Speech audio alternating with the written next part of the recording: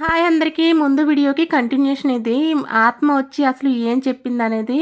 ఈ పూలతో కట్టిన దాన్ని గరిగ అంటారు. ఇప్పుడు ఈ పూల గరిగలోకి ఆత్మ వచ్చి ఎవరిపైన అయితే ఆత్మ వస్తుందో వాళ్ళు ఈ పూల గరిగని ఎత్తుకుంటారు.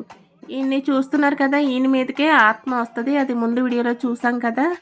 ఈ ఆత్మ వచ్చి అసలు ఏం చెప్పింది అనేది మనం తెలుసుకుందాం.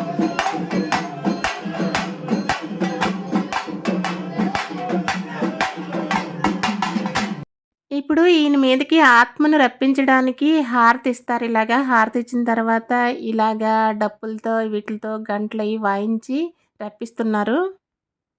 లాస్ట్ వీడియోలో మీ అందరికీ చెప్పాను కదండి, ఆయన ఉరేసుకుని చనిపోయారనేసి. ఆయనకి చెప్పడానికి చాలా కష్టంగా ఉంది. ఆత్మ వచ్చి ఏదో చెప్పడానికి ట్రై చేస్తుంది. ఈయన మీదకి ఆత్మ అయితే వచ్చేసిందండి. ఇప్పుడు చెప్పడానికి వాళ్ళ ఇంట్లో వాళ్ళకి ట్రై చేస్తుంది. చూడండి ఎంత కష్టపడుతున్నారో ఆయన.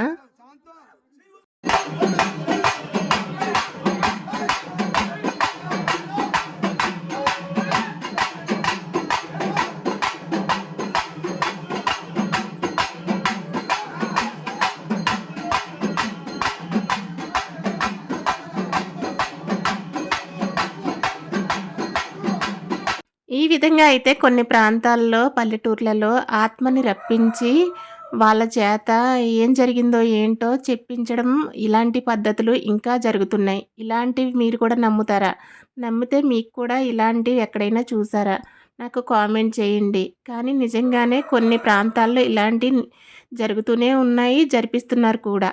ఈ వీడియోలో చూపించిన సంఘటనలన్నీ కూడా వాస్తవం. ఇవన్నీ కూడా నిజంగా జరిగినవి. వాళ్ళ ఇంట్లో వాళ్ళు ఏం చేస్తారంటే ఆత్మకి ఏదైతే ఇష్టమో అవన్నీ కూడా వండిపెట్టి ఆ రోజు ఆ ఆత్మని పిలిపించడం జరుగుతుంది.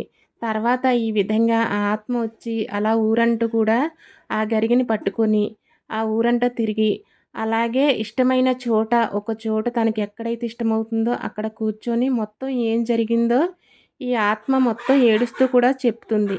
ఆ చెప్పిన తర్వాత ఇంట్లో వాళ్ళు ఒప్పించుకుంటారు. ఎప్పుడైనా సరే మేము హారతి ఇచ్చి పిలిపించేటప్పుడు నువ్వు తప్పకుండా రావాలి అని.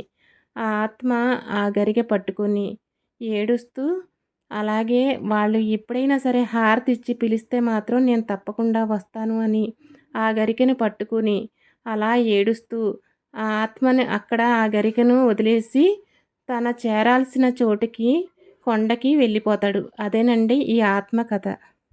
దయచేసి వీడియో చూసిన ఎవరు కూడా తప్పుగా కామెంట్ చేయొద్దు. Thank you for watching.